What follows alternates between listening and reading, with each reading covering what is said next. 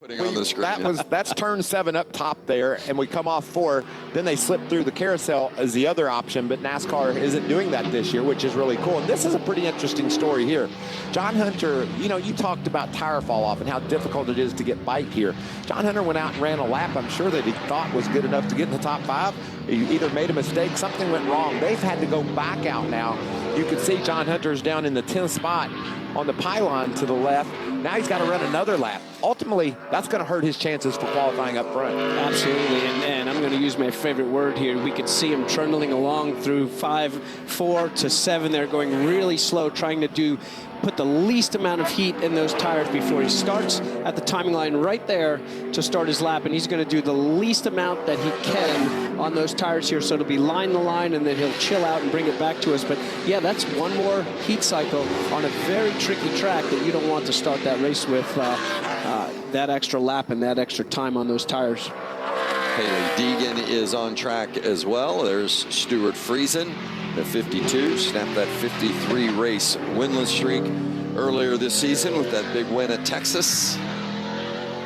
You can see the cars coming out of here, the 52. We just chopped those curbs a little bit, and you're setting up the first part of the S's so that your report card is the exit of the S's right here. How much speed can you carry through this big, long sweeper coming to our timing line to finish our qualifying off? We dive for that apex and really bring as much speed in we can there. The strategy is going to change from qualifying to the race a little bit, where now we're bringing big speed in just to get to that line and finish the lap.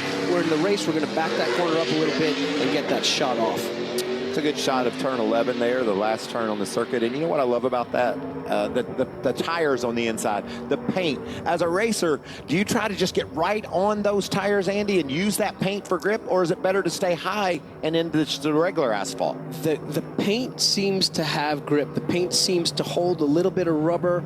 The paint seems to be able to really give the guys good grip. And boy, were we talking about what was going to be a tough job to do at getting a fast lap on the second heat cycle of the tire. John Hunter Nemechek just answered that call, throwing it up to P1 here by a huge margin. And how about Haley Deegan jumping into the top 5 as well? And remember, the top 5 from this session advance, and the final seconds are ticking away, so that's going to be our group of 5 that will advance from this session into the final session, and an opportunity to run for the pole, unless Stuart Friesen should happen to jump in there and knock out Derek Kraus.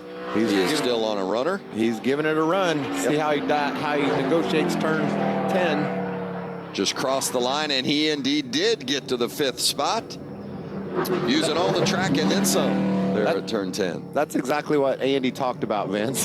How do you balance getting to that makeshift start-finish line